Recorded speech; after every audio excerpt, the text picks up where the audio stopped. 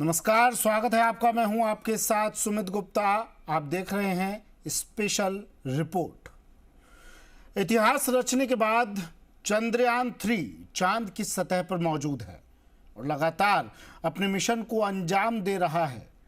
इसरो लगातार इससे जुड़े अपडेट्स शेयर कर रहा है, जिसमें आज सुबह एक और तस्वीर शेयर की गई, जिसमें पहली बार चांद पर मौजूद लैंडर साफ नजर आ रहा है। दिलचस्प बात यह है कि यह तस्वीर और किसी ने नहीं बल्कि भारत के ही चंद्रयान 2 ने खींची है।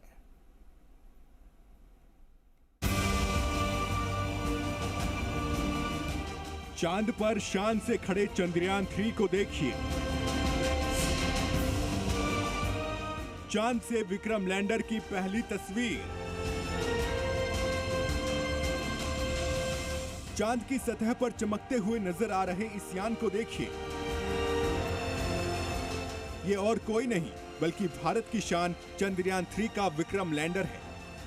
चांद पर पहुंचे चंद्रयान 3 के लैंडर की ये पहली तस्वीर है, जो और किसी ने नहीं बल्कि भारत के ही चंद्रयान 2 ने ली है। इसरो ने ये तस्वीर आज सुबह ट्वीट की और ट्वीट कर लिखा कि चंद्रयान 2 ने चंद्रयान 3 के लैंडर का फोटो शूट किया। चंद्रयान 2 ऑर्बिटर के हाई रेजोल्यूशन कैमरा ने लैंडिंग के बाद चंद्रयान 3 के लैंडर को स्पॉट किया। चंद्रयान 2 के ऑर्बिटर में लगा कैमरा चांद पर अभी मौजूद सबसे बेहतरीन कैमरा है। इस ट्वीट के साथ शेयर की गई तस्वीर में जहां एक तरफ चांद की सतह लैंडिंग से पहले की है, जहां वो खाली नजर आ रही है, तो वहीं दूसरी तस्वीर 23 अगस्त को लैंडिंग के बाद की है, जहां विक्रम लैंडर साफ दिख रहा है। चंद्रयान 2 भले ही 2019 में सॉफ्ट लैंडिंग करने में नाकाम रहा हो, लेकिन उसका ऑर्बिटर अभी भी चांद के चक्कर लगा रहा है और लगातार डेटा भेज रहा है। इस ऑर्बिटर ने चंद्रयान 3 को स्पॉट कर उसकी तस्वीर खींची, जो इसरो ने शेयर की है। चंद्रयान 3 की लैंडिंग के बाद से रोवर सतह पर मूव कर रहा है और अपने मिशन को अंजाम दे रहा है। लैंडर और रोवर चांद की सतह पर उतरने के बाद अपने मिशन को अंजाम देने के लिए सौर ऊर्जा का इस्तेमाल कर रहे हैं। अब से लेकर 5 सितंबर के बीच दक्षिणी ध्रुव पर धूप निकली है, जिसकी मदद से चंद्रयान का रोवर चार्ज हो रहा है और अपने मिशन को अंजाम दे रहा है और लगातार तस्वीरें और डिटेल भेज रहा है। इससे पहले इसरो ने चंद्रयान की लैंडिंग से ठीक पहले का वीडियो भी कल जारी किया था। ये वीडियो चंद्रयान 3 ने भेजा है। इसमें चांद का खूबसूरत नजारा दिख रहा है। ये वीडियो लैंडिंग से ठीक पहले का है, जब लैंडर गति धीमी कर सतह पर उतर रहा था।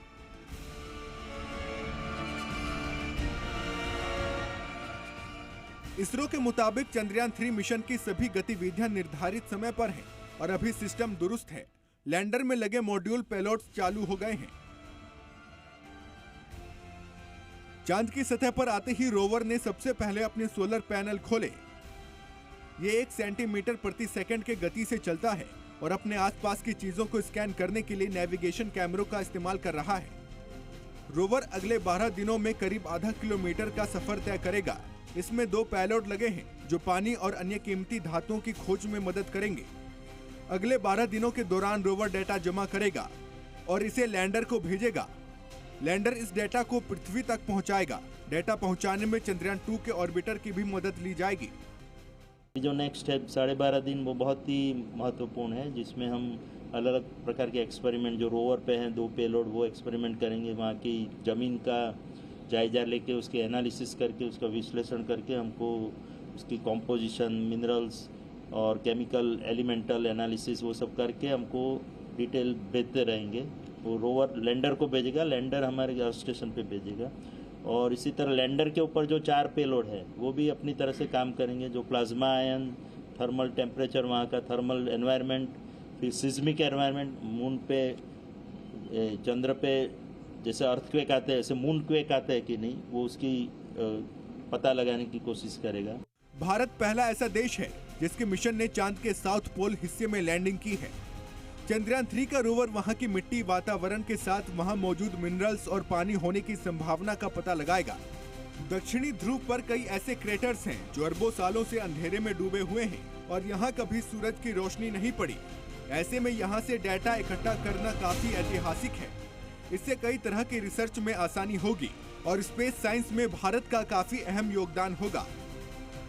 हम जाएंगे भारतीय वहाँ एक दिन चंद्रमा पर, और एस्ट्रोनॉट्स है जो गगनयान में जाएगा और हमने जो ह्यूमन स्पेस फ्लाइट कैपेबिलिटीज हम बनाते हैं इसके तरफ से और हमारे ये जो गाइडेंस प्रोग्राम है मून जाने तक का, इसके वजह से हमको एक दिन Indians will go to moon. चांद के साउथ पोल पर चंद्रयान 3 की लैंडिंग सिर्फ भारत ही नहीं बल्कि दुनिया भर के वैज्ञानिकों के लिए बड़ी उपलब्धि है और इससे सभी तरह के सुधार लाने में मदद मिलेगी। प्रणय उपाध्याय के साथ ब्यूरो रिपोर्ट, जी मीडिया। 23 अगस्त को भारत ने चंद्र क्रांति करके ये साबित कर दिया कि सितारों के आगे जहां और भी हैं। अब सिर्फ चांद ही नहीं, सूरज भी हम नापेंगे और गगनयान को भी पड़ाव बनाएंगे। दुनिया पर छा जाने की इसरो की जिद ने हिंदुस्तान को आज अलग मुकाम पर खड़ा कर दिया है, जहां से सिर्फ ऊंचाइयों को छू लेने की चाहत है। 2, 1, 0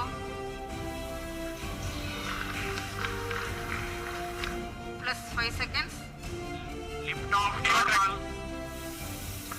चंद्रमा के साउथ पोल पर सॉफ्ट लैंडिंग करने वाला भारत दुनिया का पहला देश बन गया है।